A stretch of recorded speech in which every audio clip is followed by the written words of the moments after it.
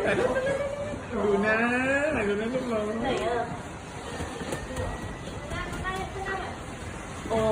เอาอย่างเงี้ยได้ขึ้นนั่งหน่อยขึ้นนั่งหน่อยใช่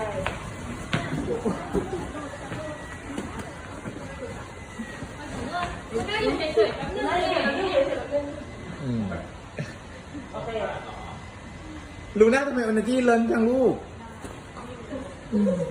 จะทำอะไร